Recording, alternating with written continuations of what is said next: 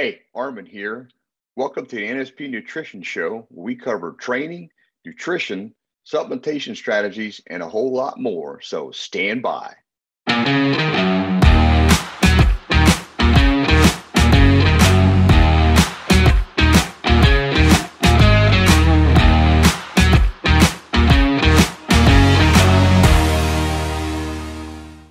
Hey, and welcome to the NSP Nutrition Show. I'm Arman Eckelbarger.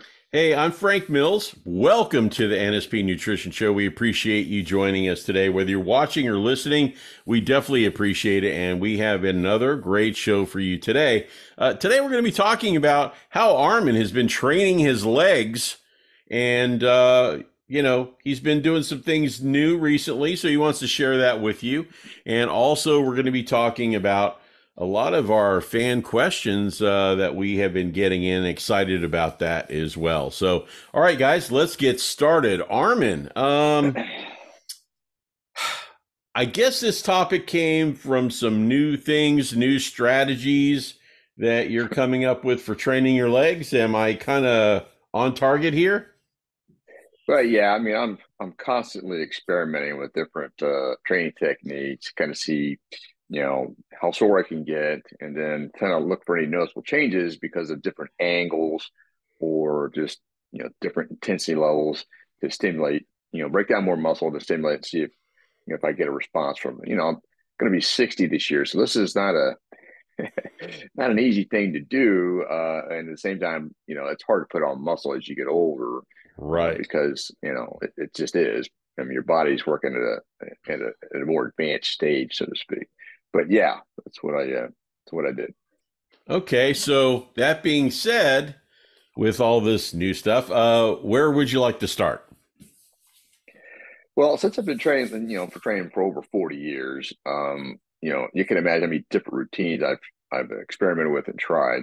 So all I can say from years of experience in training is that leg training for me is brutal. It's just one of the hardest things for me to do, because I have to get stimulation. It just seems like I got to really work that area, and that could be because I just respond easier with upper body. I don't know, but it's pretty brutal. So currently, I'm really focused on getting through the psychology and uncertainty if I can complete the workouts I'm putting together.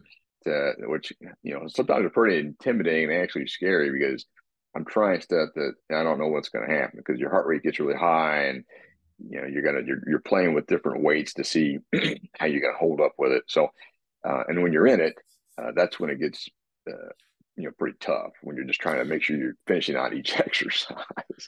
Absolutely. And, I think when you train your legs on why it's harder is because, when you're walking out of the gym, you don't walk out on your arms, right? You're still feeling that legs. You use your legs all the time until you're laying down or sitting down. So it probably weighs on you more that way is my thought. Cause I know, it is definitely difficult. So I guess from thinking about that, your opinion, there is a psychological component to leg training then, right? Yeah, from my experience, and then other people that I've worked with, because I've had a lot of clients, and they're not big on leg training day, because Right. it's very demanding. It's the largest muscle of the body, and it requires a lot of energy, get you out of breath really quick because you're breathing that oxygen in and out to kind of keep moving, but you're also pushing blood from where your heart is down to the legs, and so that really jacks up your heart rate pretty quickly. Gotcha. And so Hmm. you're just trying to deal with all these things that are going on. And then the other part of it psychologically is you want to make sure you're hitting all three different areas as effectively as possible, like the Mm-hmm. quadricep area and the hamstring area and the calf area.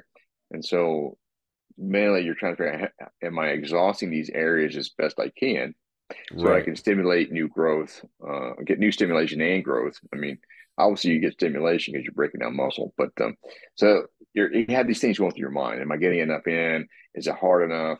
And then, when it's really hard, you're like, I hope I got a good response from that because it was just Right. the hardest thing you do. So, my leg sessions happen when I get the good ones when I'm mentally fresh, and I can tell myself that I need to train like a savage.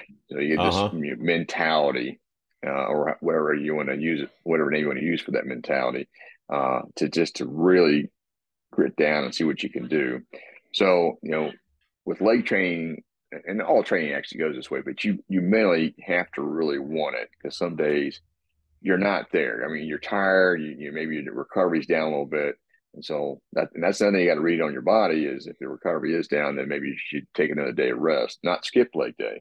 Don't want to do that, Right. but take another Right. day of rest, Right. because some guys they'll just skip leg day and go to through the upper body. That's not what you want to do. Well, you see those guys with the little skinny legs, but a terrific looking upper body, right? Yeah, yeah. Well, Yeah. I was Yeah. like that. Well, I wasn't super like that, but I started off training my upper body for almost 2 years before I really started hitting my legs, and so that cost me too. I mean, it took I Mm-hmm. think it affected how my body responded to the leg training, because I was working the upper body, and I was trying to figure out how to train the upper body. So like I mentioned before, I've done everything you can, probably the hard way and probably the dumbest way initially. So I'm trying to get smarter about all that. Right. Right. Well, what about this? How would you like to walk us through one of your leg workouts so everybody gets a good idea of what we're talking about here? Okay, yeah, that makes sense. So, all right, so like yesterday, I wanted to focus more on my quads as part of the leg training. Mm-hmm. Uh, but like the next time I train my legs, I'm going to change that focus to more hamstrings, and I'll still train my quads. Okay, but the focus is different on each area of the leg. And then I Okay. always do the calves, every time I'm training.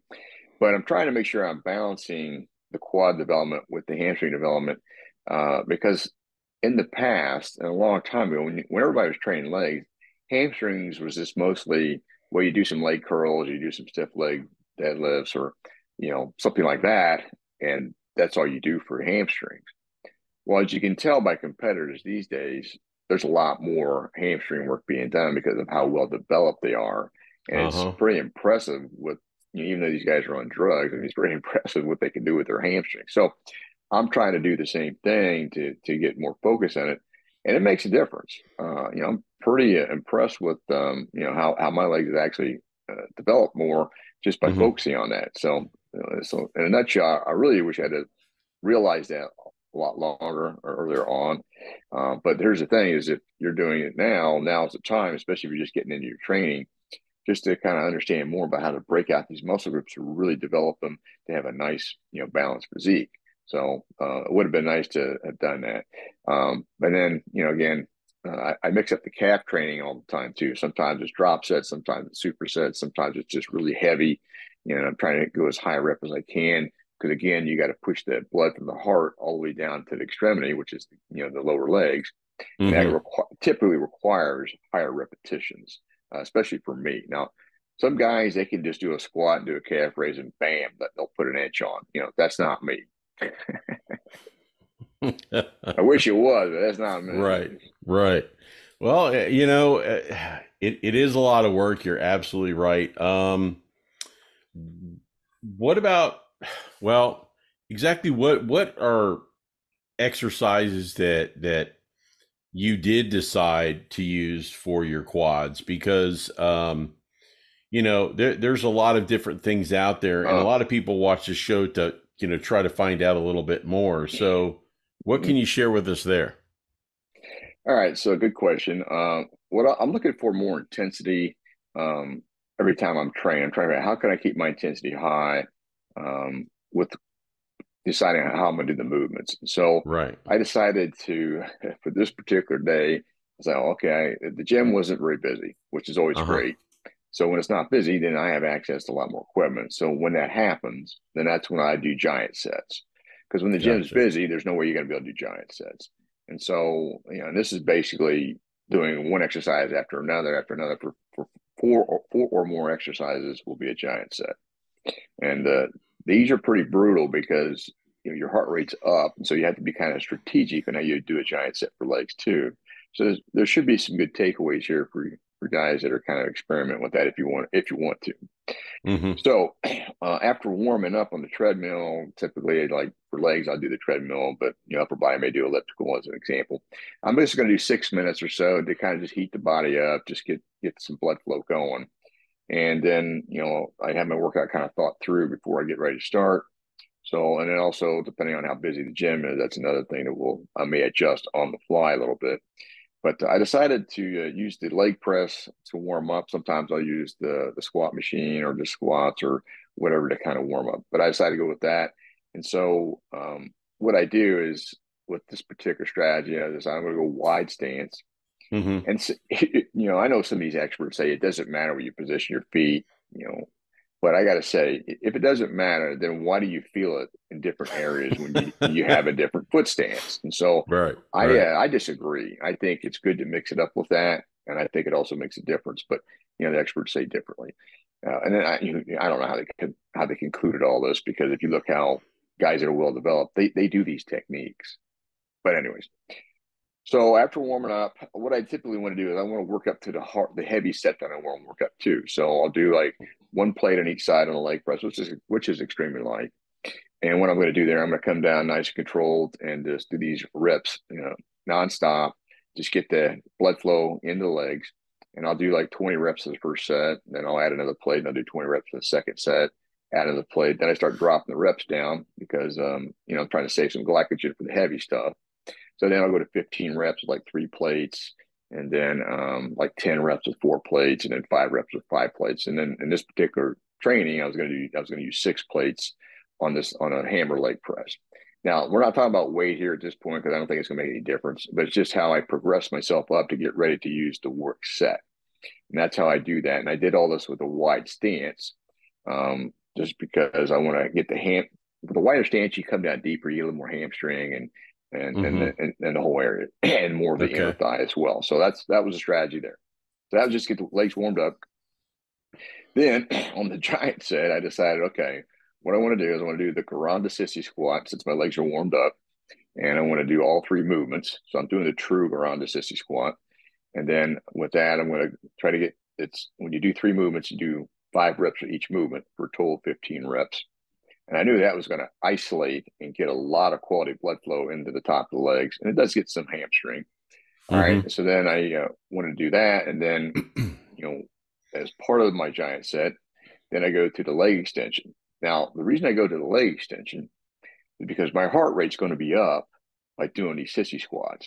So I need to let my heart rate come down. So when I go to leg extension, that's going to allow my heart rate to come down because the way that it's an isolation movement. Differently than doing a squat where everything else is, you're moving up and down with the body. The leg extension, you're seated and you're just flexing the legs. So that was the strategy behind that. So Hmm. I would, the strategy is go get as many quality reps and try to get that until you're losing form or go to failure if possible. So again, this will allow the heart rate to drop down. And then I go to the strategy to go to the leg press. And I want to work on the outside of my quads, which is called the sweep. And again, these people say foot position doesn't matter, but I'm doing it anyway. So I do a closed stance on the leg press. So my feet are only 4 to 6 inches apart, and my toes are straight. So I'm making sure I'm driving with my heels on that closed stance position. And I want to Okay. take that failure or close to it. Okay, typically I'm pretty good at getting to failure on it. And then I'm going to finish off with the last exercise with a wall set. Okay, Hmm. so then I'm going to go, put my back against the wall and sit down to about a 90-degree angle and then hang on. So that's what you're doing. So the fatigue level, and it's basically called a static hold. So Right. you're making Right. the muscles have to contract to hold the position. And then again, I'm letting my heart rate come back down. Even though I'm out of breath, it allows my heart rate to come back down. Then after that, I'm going to rest. So, this is one after the other. And I'm trying to, stay in a certain rep range, which is typically 12 to 20 reps. So, Wow. So how did that go and how many sets did you do? all right. So, the first set it was always rough too because you're trying to use really strict form. You're trying to make sure you're hitting it. And again, I'm Right. trying to Right. stay in the 12 to 20 rep range. So the first round of sissy squats wasn't too bad. I was, fairly fatigued by the time I got down that first one. Uh, but now I've got a lot of blood in the legs, and so I'm really trying to make sure I'm hitting that. So then I got done with that, went to the leg extension, and then just squeezed out what I could there. And then when I got to the leg press, it was pretty brutal at that point because the legs are totally pre-exhausted, and so I've got to use every part of the muscle I have and the legs to push that weight up and down. Even though some people feel it's not a very efficient exercise. Some people think, well, the Right. leg press is very easy. Well, it can be, but what I'm doing is trying to make it more difficult with the weight I'm using. All right, so my training partner, he was trying to hang in there with me, so we ended up doing 3 rounds of that, and it was ugly. So how did the other sets go? I mean, I'm sure you were already fatigued, right? So I mean, uh, yeah. how did that even work for you? So Gosh, I can't imagine. so yeah, your heart rate's really jacked. The wall sit does allow it to drop down. Right, So right. what we did is we stretched in between after doing one giant set. So basically mean we sat down in a squat position, holding on to something. So in case that way we get back up and just let the quads stretch. Keep your feet flat and you basically sit in a squat position. Mm-hmm. So we did that for 30 seconds, but the total amount of rest in between the giant sets was just 1 minute. So, the pressure's on because you got to go again. And so that's what I'm talking about, the psychological part. Because you're like, shit, I don't know how I'm going to get this done. But Right. we kept going, and then obviously each time we did a round, the reps are dropping no matter what you Mm-hmm. do. But you're trying to grit them out as close as you can to what you did before, even though you're really fatigued. And so what I also did on the last round to make it even higher intensity, again, the experiment is I had my partner push down on the leg press. So I had the weight I was using already. All right. Then what I wanted to do is he kept pushing down and make it much heavier. So I had to push it down all the way down and pushing it down all the way up. So it's just a whole nother level of force. And I knew that was going to, cause the legs to really react. And then, so as I was getting, I think I got like 5 or 6 reps. As a matter of fact, he was kind of surprised because he was pushing with all these guys. He weighs about 220 pounds. But I could. That's what you need to know is I had more in my legs that I did not realize. But after I got the 6 rep, then I was like, okay, I could just tell it's going to really get heavy because the shit's really heavy now. And Uh-huh. so then I said, okay, just keep an eye. I'm gonna try and squeeze out more, which I was doing 2 and 3 at a time, I think, for a couple of rounds, and then I did two at Uh-huh. a time, and just trying to get through it. All right, and so by that time, the saturation of my quads and my whole entire leg was pretty deep. So I knew it. I had nailed it, and then you kind of helped me get that last one up because I was really struggling. And again, you got to make sure you're safe with all this kind of stuff. So you're making sure you got Mm-hmm. good foot position and you're pushing. And so if you felt anything in your knees, you wouldn't want to do anything like that. All right. So you know, the wall set was pretty tough. After I got done with that, I had to kind of walk walk my way gingerly to the wall, and then I got that set up, and then they were just twitching really bad, so I kind of had to hold my legs together as long as I could stand it for the contraction. Right, So right. yeah, that was the quad session for that day, and they're getting sore by the hour as we talk right now. As they eat more food, you get more sore as you eat more food. But yeah, they were thoroughly saturated just on the quad part. It definitely sounds challenging. I mean, I could just kind of imagine the excruciating, I don't want to say pain, but how hard it was for you to Oh, be it able, it's to do painful. it. Oh, it's painful. Believe Okay. me, man, it hurts. Okay, but you kind of when you've been training for a long time, you kind of get used to that part of it. So Yeah, it's yeah. another part of conditioning. So, anyways, All right, so that's just the quads. What did you do for the hamstrings? all right. So like I mentioned before, we were stretching in between, so everything was pretty tight on the quads. Uh-huh. But I decided, all right, I didn't have a lot left in the tank because again, the quads was the emphasis, right? So I decided, okay, with only the only real machine we have for leg curl at the gym I'm at right now is a seated leg curl, which it's a good piece because it does really isolate the hamstrings.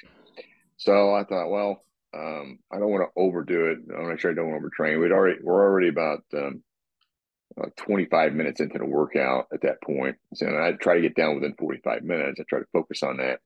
So what we decided to do is, because we're also isolating the hamstrings, just do some drop sets.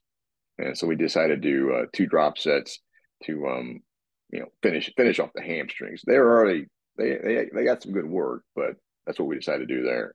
Mm-hmm. Interesting. So how did you do that, Arman? So on the drop sets, what I like to do is I'm going to go Mm-hmm. really heavy on the first set, as heavy as I think I can do for like 12 reps. That's kind of what my minimum is, and then you drop down, which technically you lighten the weight. You don't really drop the weight down, but you just lighten it up. So I Mm-hmm. lighten it up about 3 plates from where I started, and then I go again, and then I lighten it up 3 more plates from where I started, and then you at that point, you're not there's not left much. You don't have much left in the tank. So Right, right. the reps you're going to get on the second time you drop is going to generally be 5 or 6 reps because you use really heavy weight and you're not quite you're really fatigued, but you're just squeezing out what you can. So then when you get to the last drop, which again we do 3 total drops, then you're using a weight that you can actually get 8 to 10 or sometimes more reps because of that last drop. But then this is where you focus on stretch, squeeze, stretch, just make that more difficult, which we did. And then if you want to, you can have your partner help you with some negatives and force reps and some things like that. Now, we didn't do that in this case, but then after we got down, we also stretched in between those 2 drop sets, did some hamstring stretches to kind of again loosen things up. So that's what we did. Absolutely. Well, listen, I'm sure you were pretty exhausted at this point. You're pretty spent. I'm Yeah, yeah, afraid to ask. At that point, you still had to do your calves, right? yeah. So, Oh, geez. now your calves do get some stimulation when you're training your legs, so that they're good Okay. and warmed up at that point. So you don't really need to do any kind of warm up. You just, in my opinion, there's no need to do a lot of warm up with your calves. Right, right. So I go right to the heavy weight. And so what we decided to do, again, to try to keep our timeline ideal, is we did drop sets for the calves, and so we did 3 different drops on that, and we're trying to focus on getting 12 reps or more as best we can with good form for each one of the rounds. And sometimes you're not going to make that, but the burn you get on that is pretty intense. So, that was good. And then, this is another way to kind of add some intensity and to save time because when you do a drop set, you're going to get fried pretty quick. And so what we did was 4 rounds of the drop sets, and then we stretched the calves in between to finish that up as we were resting. And that was pretty much that was it for me. I was like, I don't think I can do anything else at this point. But as time goes by, you do get more conditioning, and so you kind of surprise yourself with what you can do. Well, that sounds like quite a workout. And I'm sure that for those out there who are currently trying to improve their legs, looking Yeah, for a new, different way or to add to what they're doing, you just offer a lot of great information. We're running out of time, but is there anything else you'd like to add to your leg workout um, information that you've shared today? yeah. So for me, I also have tight hips. So what I would also do is when I get done, because my hips are tight, which is common as you get older. You lose the flexibility of the different muscles, no matter what Yep. you do, whether you're exercising or not exercising. So then I do some hip stretching, and I've really improved my range of motion with doing that. And the reason I'm doing that when I get down is because they're thoroughly saturated and warmed up. So the muscles are much easier to move and stretch out the way you want to. So I do some hip stretching to finish it up, and then after that, I kind of call it a day. So since I've been training for a long time, I just find it fresher, more challenging than to change each workout up almost every workout and I'm always looking for ways of how can I add more intensity. And that just basically means one way of putting it would be how to activate those survival fibers, Right. to Right. get through that movement. So that's really the strategy, and then if you're doing that, you should see really good results. You don't see many people Absolutely. in the gym training that way though, unless they're somebody that's pretty advanced. So Well, a lot of great information. Hope all of you enjoyed what Armin shared with us today. Is pretty amazing. Armin, thanks for doing that. yeah, no Um, problem. all right. We'll stand by for a quick word with NSP Nutrition. Armin and I will be right back.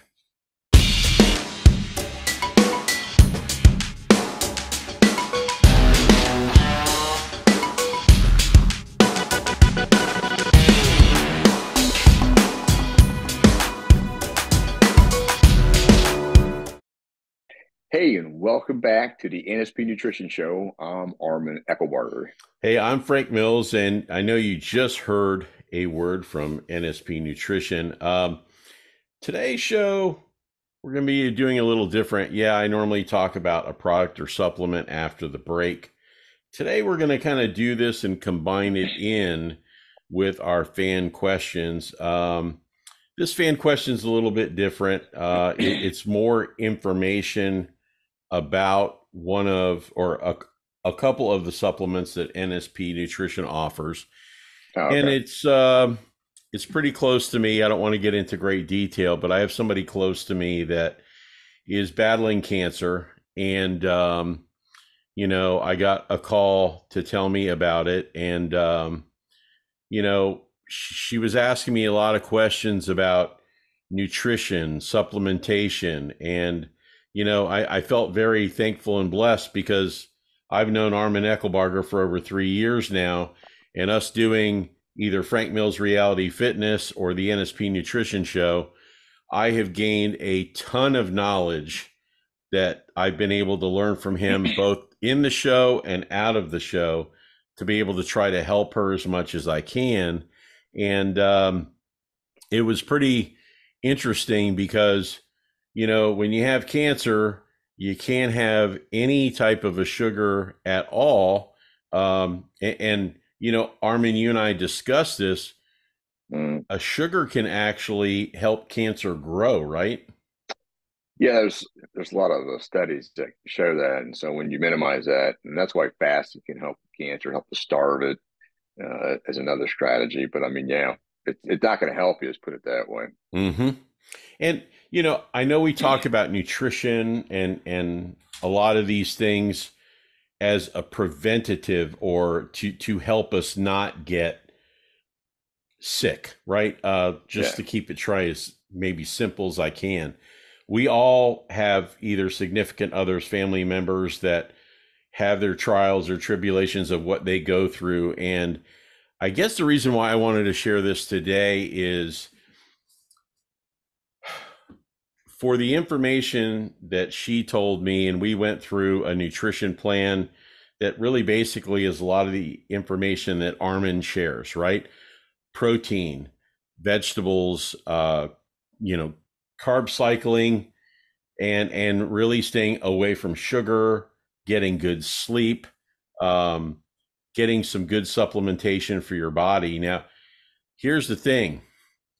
It's not like this is an old person or a young person in your 30s. You got your whole life ahead of you, right? You don't yeah, anticipate something like this happening. yeah.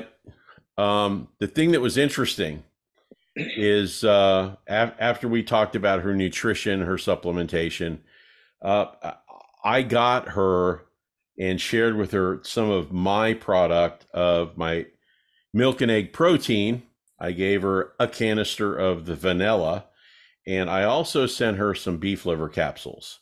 And, Mm. after the usage of this, she started her chemo. And when you go through that, that wipes your body out. I mean, it really puts you through Yeah, a lot of pain. You're basically poisoning your body in a way with the radiation. yeah, So there's a lot that your body goes through. And even what her doctor said, being able to implement the supplementation of the milk and egg protein, the beef liver, she's getting protein that she wouldn't maybe be able to stomach or want to have. It's hard to eat when you're not feeling good, right?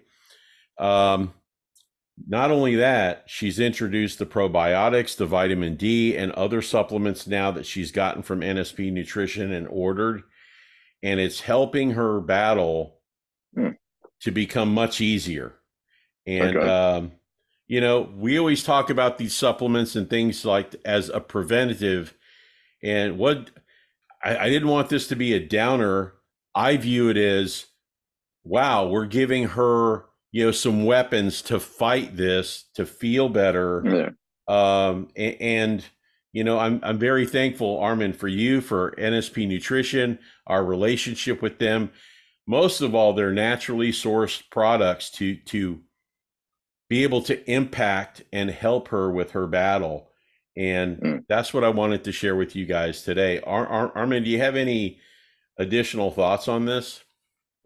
Well, I mean, yeah, nutrition is going to be really critical, and then getting it to absorb is another thing. And when you're doing chemotherapy and these different cancer strategies, you're killing cells, that's not good. But at the end of the day, you're trying to kill the right cells to revitalize the body. So that's where nutrition and making sure you have the right nutrients like vitamin D and other things which can help boost the immune system could be helpful in those cases. But everybody's different with that. But at the same time, I would why not try it and see if it does improve? And that sounded like what happened for her. She tried it and was kind of surprised by how she responded. So that's just good news, and we're glad it's helping her out. And hopefully she has a great recovery, because dealing with it, right? It does do permanent damage. So that's the other thing. It's challenging. Absolutely. And, that's the thing is I wanted to share it because not so if your significant other has cancer, I'm not saying that, but, these products are made to help you and they're natural. And, we do get comments that, oh, you guys are just doing it for the money. Armin and I don't get paid money for this. We do it because we believe in the products. We have a relationship with NSP Nutrition. We use the products. We aren't making money on the side, anything like that. We do it because we want to. We care about what we're doing, and we want to be able to help you, your family, your significant other, a friend, whatever. And that's why we want you to share this show with people. So if we can impact one person, that's why we do what we do, right, Arman? Yeah, I mean, again, it's just a resource. It's a way to people get, people they don't know much about this stuff. They really don't. I mean, you're pretty much you're incompetent on most of these things until you've learned, and then even just reading something isn't gonna help you solve the problem. You need more information. You need to understand, well, how do you use it, and what's the best ways to use it. And that's what we're trying to do here, is give examples of how it can benefit you. When it's up to the person that they feel it benefits them or not, but whatever. I mean, NSP is not for everybody, but at the same time, if you give it a shot, you might be surprised. I mean, because there's a lot of supplement companies out there. We understand that. But at the same time, what we have is pretty unique. Absolutely. So please share the show with your friends, your family, your significant other. You don't know how you may be able to impact their life. It's not like we tell everything to everyone that's going on in our lives, and it could be life-changing just by sharing the show. So please do that. You can contact us with information, topics, ideas for shows, whatever you want. Please contact us. You can scan the QR code. You can actually email us at support@nspnutrition.com, or on any YouTube show, you can comment and we'll get that information as well. But hopefully today's show has been helpful with the leg training, the supplementation ideas and thoughts that way. We appreciate you joining us today, and join Arman and I next week for a brand new episode of the NSP Nutrition Show. Hey, thanks for checking out the NSP Show. Go to nspnutrition.com, where you can find a whole heap of resources to help you achieve stunning definition and eye-popping levels of muscularity. Don't forget, you can save 10% on your first order by using the code NSP Show at the checkout. Catch you next time.